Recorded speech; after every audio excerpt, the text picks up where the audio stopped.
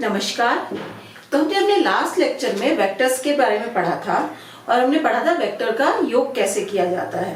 Vector के योग की हमारी दो विधियां होती हैं, एक होती है ज्यामिति या ग्राफी विधि, दूसरी होती है गणितीय विधि। तो लास्ट लेक्चर में हमने ज्यामितीय विधि को कवर किया था।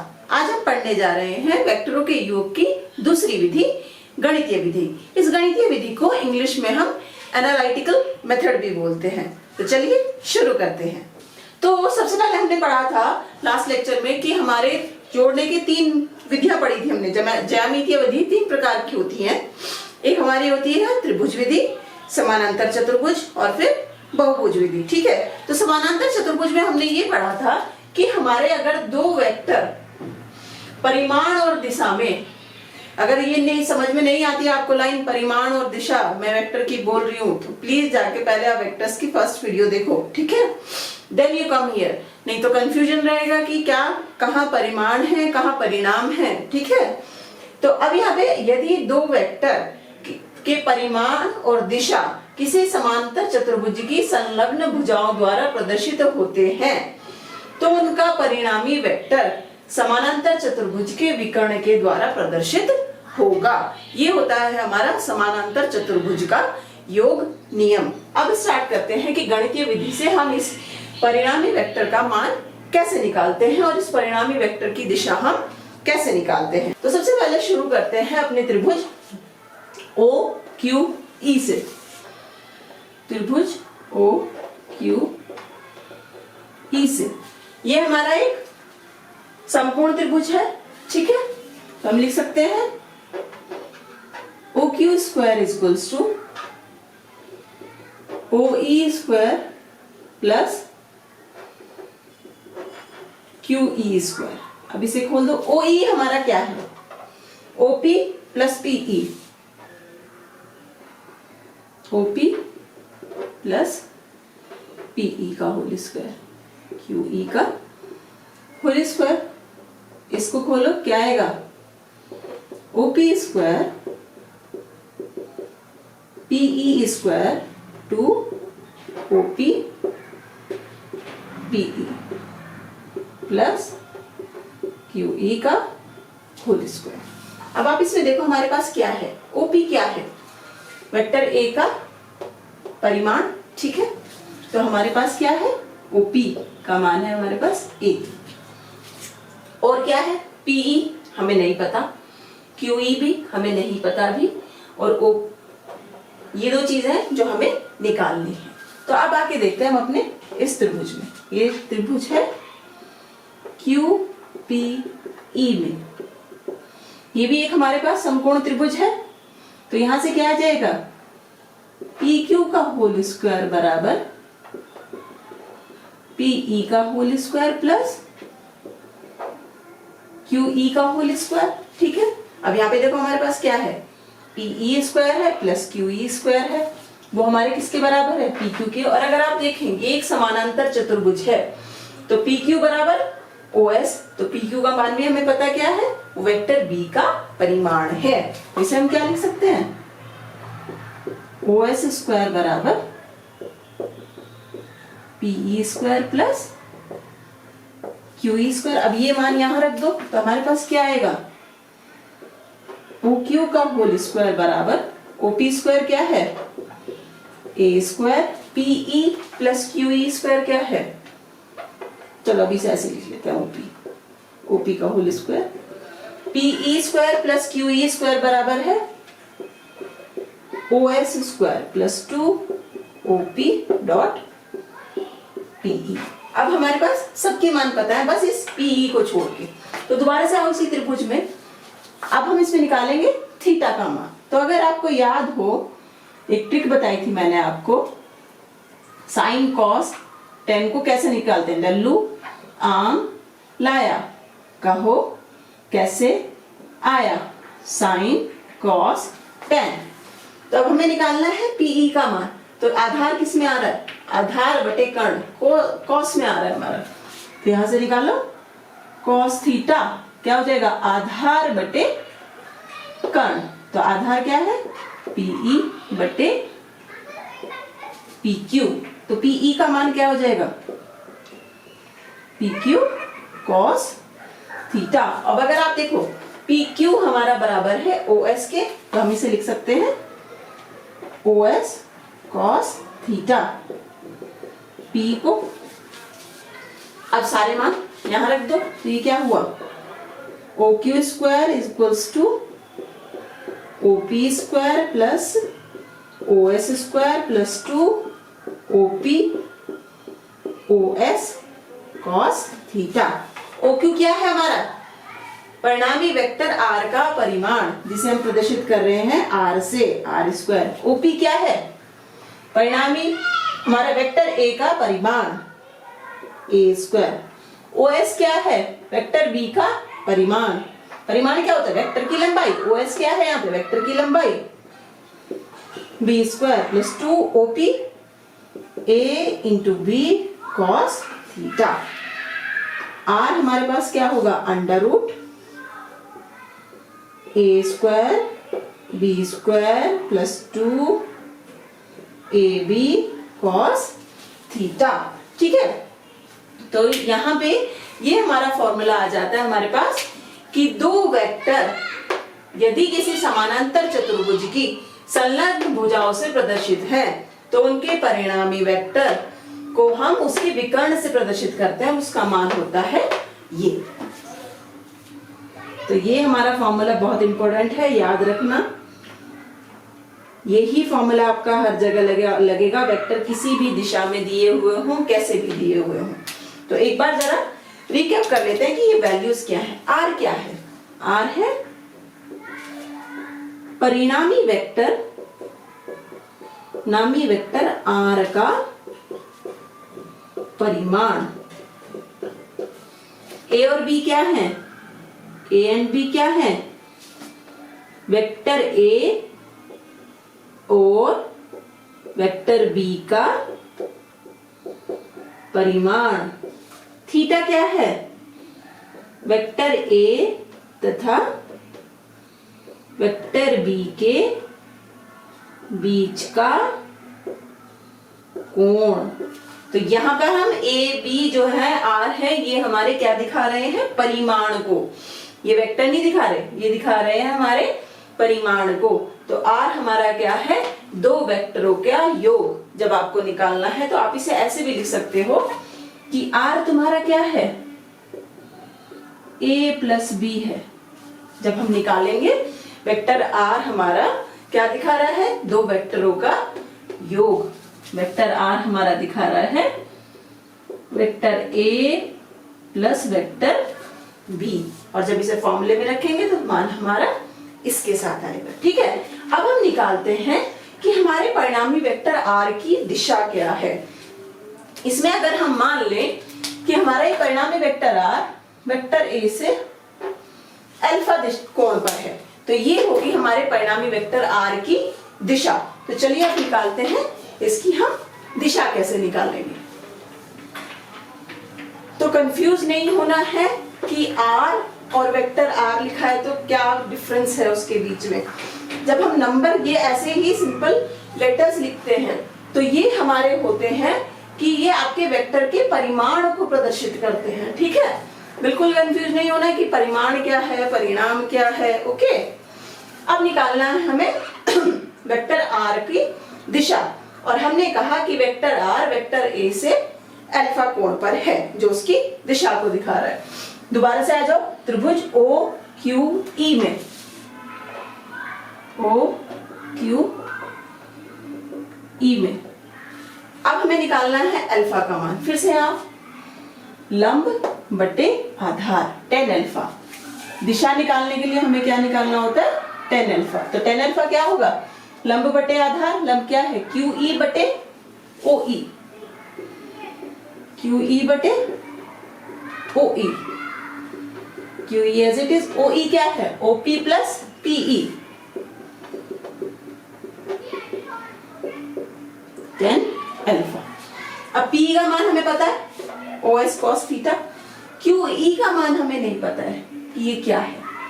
तो अब इसका मान निकालने के लिए अगर आप इस त्रिभुज में देखो तो इस त्रिभुज के ये लंब है, तो फिर से आप कह देंगे त्रिभुज क्यू पी ई में साइन थीटा, साइन थीटा क्या होता है? लंब बटे कर्ण, ठीक है, लंब बटे कर्ण, क्यू ई बटे पी क्यू, और क्यू ई का मान क्या आ जाएगा? P Q sine theta. और देखो क्या है, पी क्यू बराबर ओ एस के है, तो ये हो गया हमारा ओ एस साइन थीटा। ये सब मान उठा के यहां रख दो सीधा। क्यू ई बराबर होगा O S sine theta, OP as it is, plus PE क्या है हमारे पास, यहां से ओ एस कॉस थीटा। सबके मान रखो। ओ एस का मान क्या है? वेक्टर बी का परिमाण है, ये बी से दिखा रहे हैं, बी साइन थीटा। ओपी क्या है? वेक्टर ए का परिमाण ए, प्लस बी कॉस थीटा। तो ऐसे आप निकालोगे परिणामी वेक्टर आर की दिशा। परिणामी वेक्टर आर का परिमाण इस फॉर्मूले से और परिणामी वेक्टर आर की दिशा आप निकालोगे इस फॉर्मूले से। तो अब हम कुछ स्पेशल केसेस देख लेते हैं। पहला केस हमारा जब दोनों वेक्टर एक ही दिशा में हो, अर्थात हमारे दोनों वेक्टर ऐसे हैं, उनके बीच का कोण 0 है। दिशा कुछ भी हो सकती है पर दोनों एक ही दिशा में हुए, यानी हमारे वेक्टर ऐसे भी हो सकते हैं, ऐसे भी हो सकते हैं, ऐसे भी हो सकते हैं, ऐसे भी हो सकते हैं, किसी भी प्रकार से वो हो सकते हैं। तो सबसे पहले निकालते हैं, अगर दोनों के बीच का कोण 0 हो, दोनों एक ही दिशा में हो, तो हमारा परिणामी वेक्टर क्या होगा। तो परिणामी वेक्टर कैसे निकालते हैं? परिणामी वेक्टर आर का परिमाण हम निकालते हैं A square plus B square plus 2ab cos theta. Theta हमारे पास यहाँ क्या है? 0, तो कॉस 0 की वैल्यू क्या होती है? थीटा को मैं यहाँ क्या लिख देती हूँ? 0, कॉस 0 की वैल्यू 1, तो हमारे पास बचा A square plus B square plus 2ab। ये तो सबको पता होगा, ये क्या है? a प्लस बी का होल स्क्वायर। तो हमारा परिमाण क्या आया? a plus b. तो परिणामी वेक्टर r का परिणामी वेक्टर r का परिमाण दोनों वेक्टरों के योग के बराबर होगा। दोनों वेक्टरों के परिमाण के योग के बराबर होगा। ठीक है। अब हम निकालते हैं कि हमारे इस परिणामी वेक्टर r की दिशा क्या होगी। दिशा निकालते हैं हम tan अल्फा से। tan अल्फा बराबर b साइन थीटा बटे a plus b cos theta. Theta हमारा क्या है? 0, तो यहां मान रख दो 0। Sine 0 0, cos 0 1। हमारे अंश में सब कुछ 0 हो गया, तो हर में कुछ भी हो कुछ फर्क नहीं पड़ता। तो tan अल्फा क्या हो गया? 0। अल्फा का मान क्या हो गया? 0। इसका मतलब क्या हुआ कि परिणामी वेक्टर r भी दोनों वेक्टरों की दिशा में ही होगा। परिणामी वेक्टर r दोनों वेक्टरों की दिशा में होगा। दिशा में होगा, ठीक है। तो ये हमारा कुछ ऐसे आएगा। अगर हम कह दें ये वेक्टर a है, ये वेक्टर b है, तो वेक्टर r क्या होगा? दोनों के योग के बराबर। पहले तो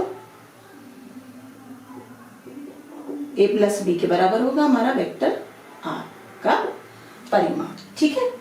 तो ये हमारा हो गया वेक्टर r, और इसकी दिशा भी क्या है? दोनों वेक्टरों की दिशा के बराबर। कुछ इस तरह से दिखेगा हमारा परिणामी वेक्टर। अब नेक्स्ट देखते हैं, जब दोनों वेक्टर परस्पर लंबवत हो, इसका मतलब उनके बीच का कोण 90 डिग्री हो। पहले लिख लेते हैं साइन 91 कॉस 90 0।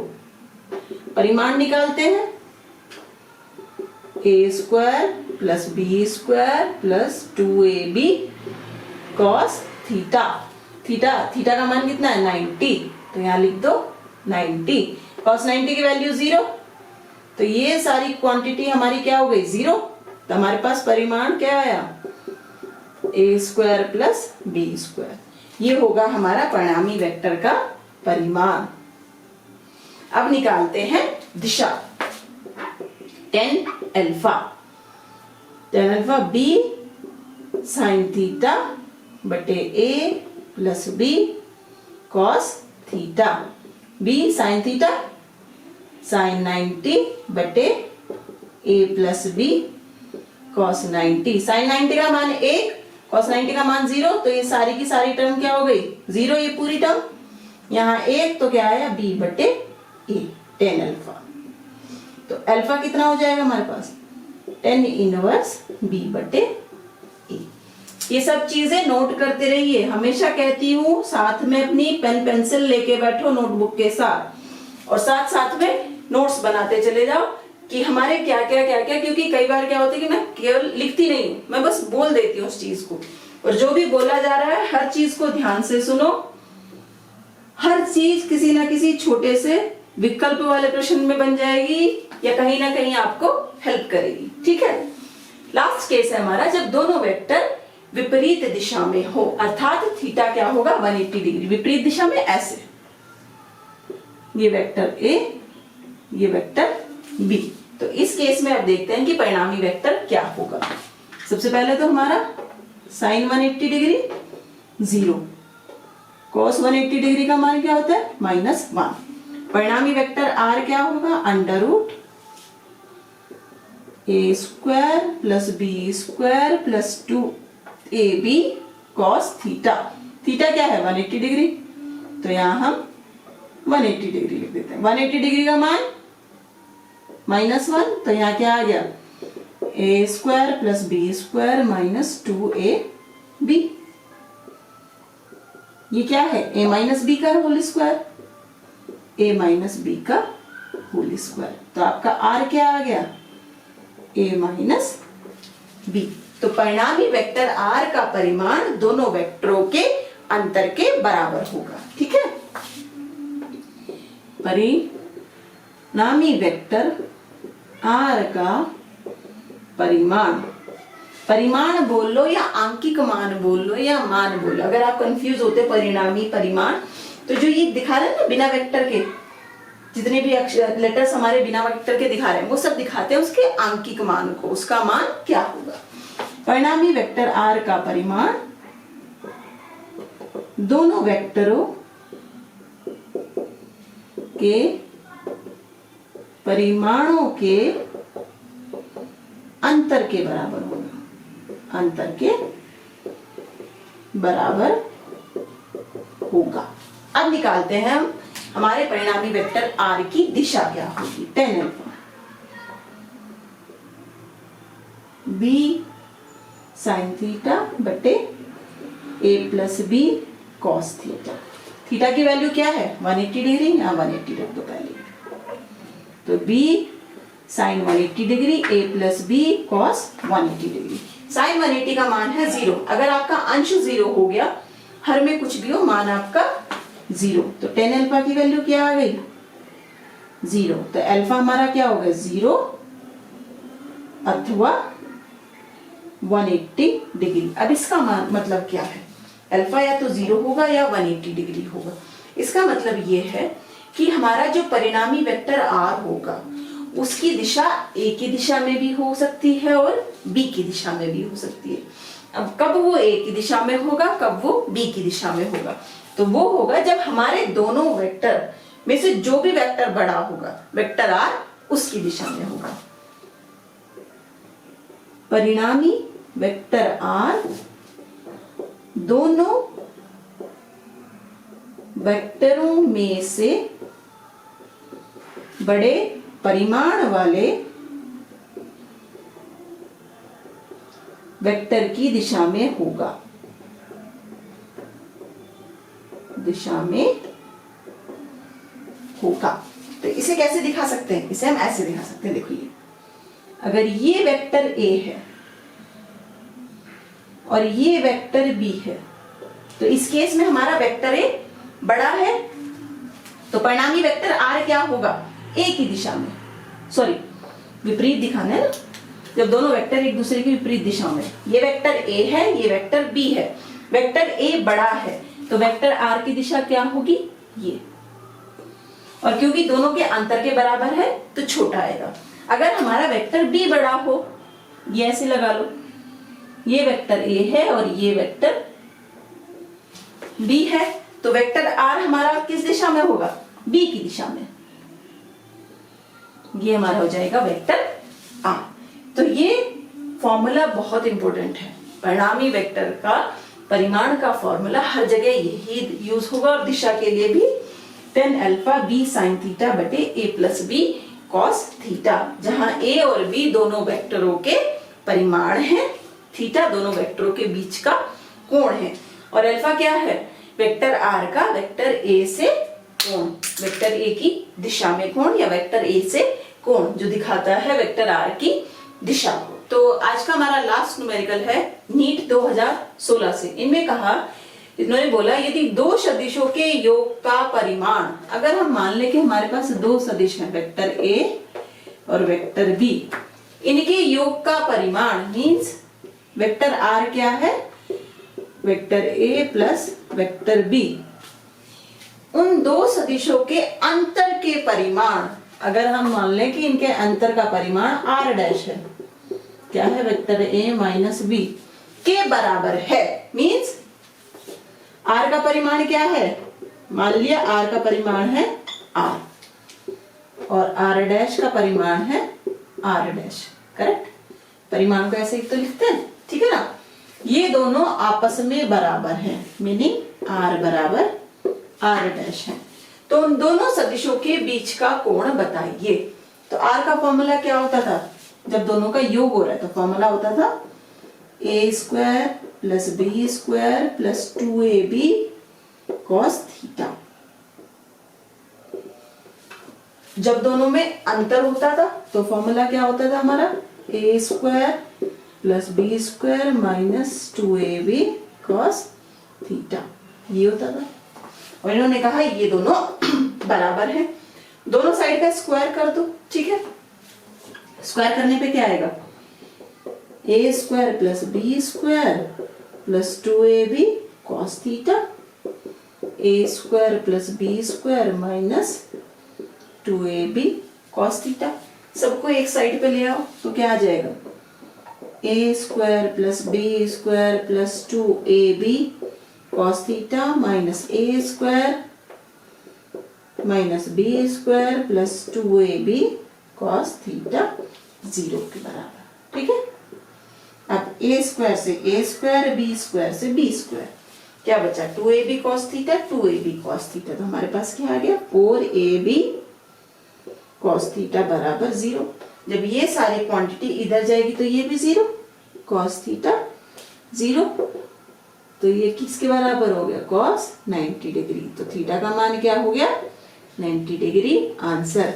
दोनों वेक्टरों के बीच का कोण 90 डिग्री है, दोनों वेक्टर परस्पर लंबवत हैं,